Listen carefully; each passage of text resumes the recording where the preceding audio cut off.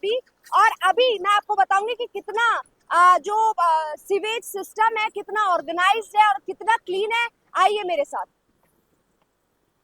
ये देखिए, national highway पर ढक्कन नहीं है, यहाँ पर खुली मौत की चुनौती है।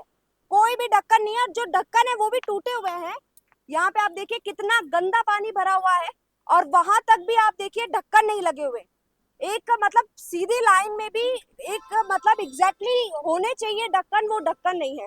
अब इससे क्या है, अगर कोई गलती से रात को किसी को दिखे ना, और वहां यहाँ पर वो अगर गाड़ी पार्क करने की भी कोशिश करे, तो आप देख सकते हैं कि कितना बड़ा हादसा यहाँ पर हो सकता है। और फिर जब पूछते हैं कि क्या मैनेजमेंट आपकी सरकार कर रही है, तो बहुत सारे विधायक जी, बहुत सारे जो वार्ड परिषद पार्षद जी बोलते हैं कि हमारा काम चल रहा है। अभी सीवरेज के बारे में ये कह रहा था कि यहाँ पे रोड पे जब बारिश आती है, जब अच्छा। भयंकर वाला पानी बढ़ जाता है, कोई हाँ बाहर नहीं आ सकता। हाँ बाहर आते हैं तो लोग, कोई खड्डे में गिर जाता है, कोई गाय वगैरह गिर जाती है, कभी गाड़ी नहीं दिखती, रोड ही नहीं दिखती, इतना पूरा पानी बढ़ जाता है। और एक्सीडेंट होने का बहुत ज्यादा चांसेस रहते हैं यहाँ पे जब बारिश के टाइम पे। आज हम नेशनल हाईवे के लिंक रोड पर आए हुए हैं, और जब हम गुजर रहे थे, आप देखिए कि ढक्कन है, और ढक्कन भी सीवेज के सारे टूटे हुए हैं। सामने ऑफिसेस नजर आ रहे हैं मुझे, और इसी के सामने आप देखिए मतलब कितने कितने लोगों की आवाजाही इस क्षेत्र में रहती है, लेकिन यहाँ पर कोई भी सुरक्षा नहीं। अब देखिए ढक्कन आपके सामने है, ढक्कन तो है सीवेज का, लेकिन ढक्कन टूटा हुआ है, इनको रिप्लेस नहीं किया गया। अब इधर आइए आप,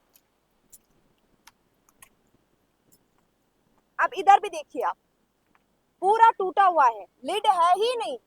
सीवेज के ऊपर लिड ही गायब है, और है तो कई जो ये जो ढक्कन है वो टूटे हुए हैं। तो मतलब एक तरीके से हम ये बात कर सकते हैं, ये बोल सकते हैं कि अभी जितना मैनेजमेंट होना चाहिए उतना मैनेजमेंट नहीं हुआ है। और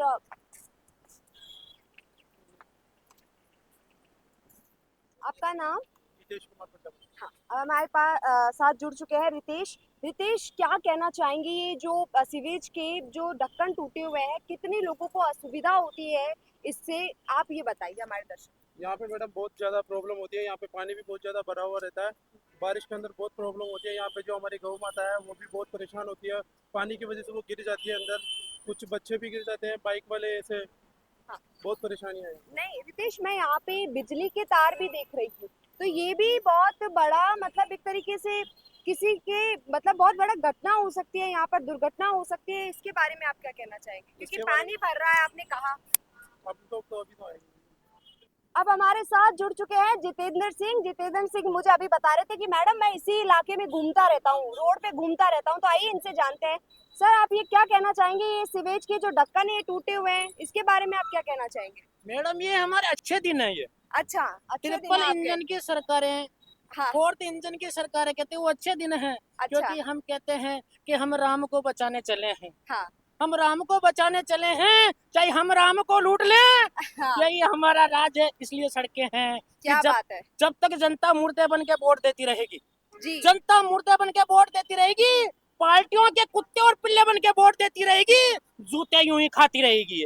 हाँ ये आज जो हादसा हुआ आपको पता है? आज एक माँ ने अपने 3 बच्चे खो दिए। हम्म, गरीब की बलि चढ़ गई। हाँ अब बताइए। अब उसका कोई नहीं होने वाला, क्योंकि वो डाकू का किसी की औलाद होता है या किसी नौता की औलाद होती, तो बार उसके लिए हजारों लोग रोडों पे खड़े हो जाते। मार्च चल रही होगी। उसका कोई नहीं सुनने वाला। जी।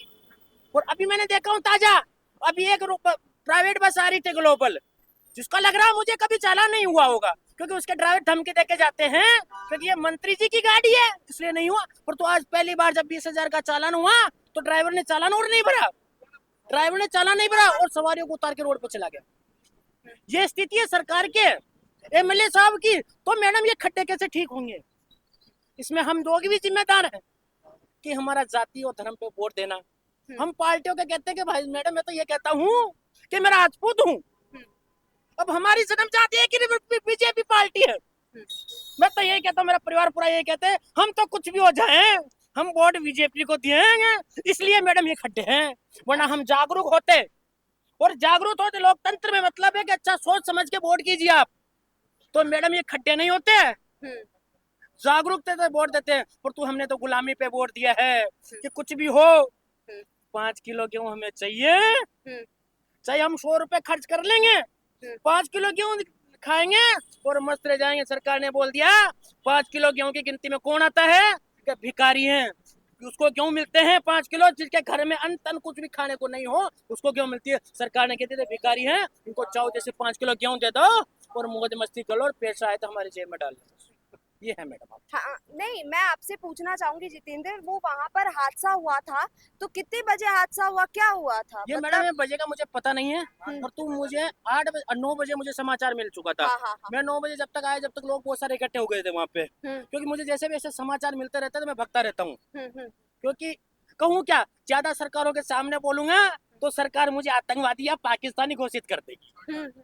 ये हालत है। आप देख लो सोनम वांगचुक को देख लो आप, वो क्या नाम, आम आदमी पार्टी के जो एमएलए थे वहाँ के, क्या नाम है अपने, क्या नाम है जम्मू कश्मीर के, जो मलिक राजो, एक आवाम थी, एक आवाज उठा रही थी, उनको भी पता आपको ये शो लगा वो क्या नाम, वो आतंकवादी घोषित किया था, और फिर सुप्रीम कोर्ट को उनको इज्जत बरी किया और आज वो बाहर रोड पे ऐसे है मैडम। इसलिए मैं बोलता कम हूँ सरकार के ऊपर। सरकार को कहना चाहता हूँ कि सरकार सोच समझ ले, अब तो तेरे 2 साल और रह गए हैं, अब भी जनता का भला कर दो। जिस तरह तुम राम राम के नाम से लूट के खा रहे हो, तो राम का थोड़ा, राम के नाम से राम को थोड़ा सा भी अपना सनातन धर्म को मानते हुए थोड़ा सा विकास की दौड़ कर लीजिए। आप कहीं भी चले जाइए, आप थोड़ी सी बरसात आती है टैंकर अंदर घुस जाते हैं, ये हालत।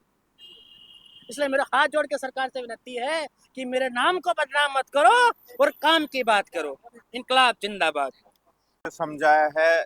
हम अभी कमला नेहरू जो नगर है उसके चौराहे से थोड़े से पहले हैं, जो लिंक रोड है, जो लोगों की आवाजाही रेगुलर बनी रहती है। मैं कैमरामैन से कहना चाहूँगा कि ये सामने जो बने ऑफिसेज हैं उनकी भी ये सबसे बड़ी शायद एक दुविधा होगी, क्योंकि कहीं ना कहीं इनको एक पार्किंग का स्पेस नहीं मिल पा रहा है यहाँ पे। आप देखते हैं ये फेरो कवर जो सीवरेज पे लगे हुए हैं, ऐसा लगता है कि इनको लगाने के बाद में किसी ने इनकी सुध ही ली है। और जो इस तरह की ये दुर्घटनाओं को न्योता देती हुई चीजें हैं, ये वाकई गंभीर आरोप है। प्रशासन शासन की अनदेखी और गैर जिम्मेदार हरकत को ये बयां कर रहा है। ये आप उसके पास में देख सकते हैं कितने कचरे जो यहाँ पे लगे हुए हैं। सरकार तमाम तरह की सुरक्षा और सुविधाओं की बात कर रही है, तो सुविधाओं और जो यहाँ पे कचरा जो दिख रहा है, बीमारियों को न्योता देता हुआ दिख रहा है, तो तमाम इस तरह की मुश्किलें जो एक आम नागरिक सहन कर रहा है, आखिर उनको सुनने वाला कौन है, कौन इसका जवाबदेही है? ये तो सिर्फ सवाल बने हुए हैं, इनका जवाब कौन देगा, इस पे बिल्कुल प्रश्न चिन्ह लगा हुआ है।